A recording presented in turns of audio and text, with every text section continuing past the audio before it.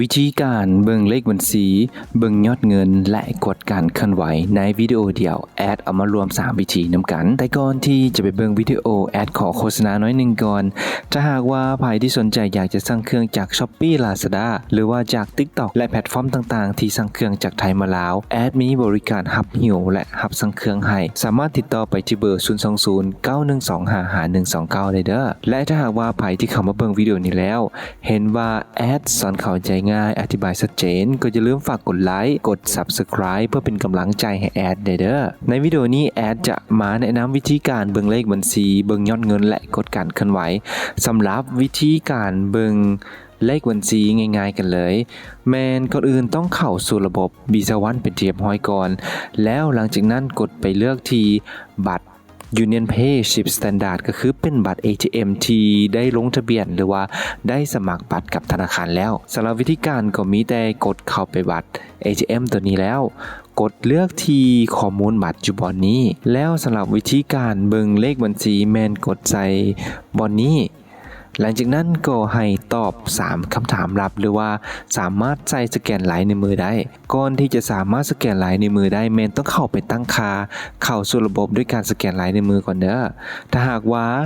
ตอบ3คำถามลับหรือว่าสแกนลายนิ้วมือเรียบร้อยแล้วระบบก็จะแสดงเลขบัญชีทั้งหมดในตัวอย่างนี้แอดมีบัญชีเงินกีบบัญชีเงินดอลลาร์และก็บัญชีเงินบาทระบบก็จะแสดงทั้งหมดถ้าต้องการ copy เลขบัญชีตัวนี้ส่งให้คนอื่นโอนเงินให้ก็สามารถCopy ได้อยู่บนนี้เลยสำหรับวิธีการเบิ่งเลขบัญชีผ่าน Visa One ก็จะมีประมาณนี้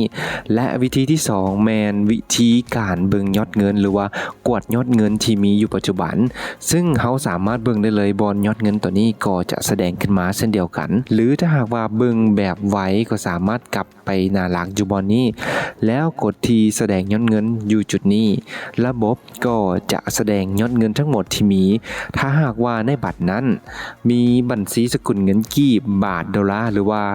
มีหยวนระบบก็จะแสดงขึ้นมาทั้งหมดแบบนี้แล้วถ้าต้องการเสื่องยอดเงินก็สามารถกดใส่บอลนี้ได้เลยระบบก็จะเสื่องยอดเงินและสำหรับวิธีการกดการเคลื่อนไหว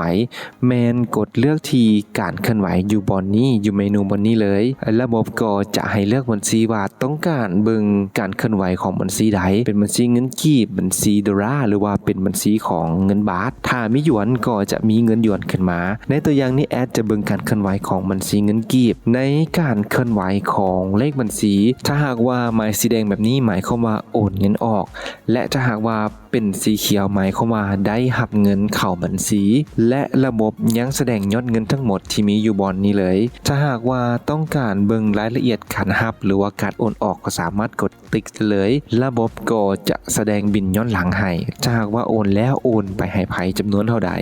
หรือถ้าหากว่าได้หับเงินก็จะแสดงว่าได้หับจากผู้ใดจำนวนเท่าใดเช่นเดียวกันสำหรับวิธีการเบิ่งเลขบัญชีกดยอดเงินและเบิ่งการเคลื่อนไหวก็จะมีประมาณนี้ถ้าหากว่าไผที่เข้ามาเบิ่งวิดีโอนี้แล้วถ้าหากแอดอธิบายชัดเจนสอนเข้าใจง่ายก็อย่าลืมฝากกดไลค์กด Subscribe เพื่อเป็นกำลังใจให้แอดเด้อ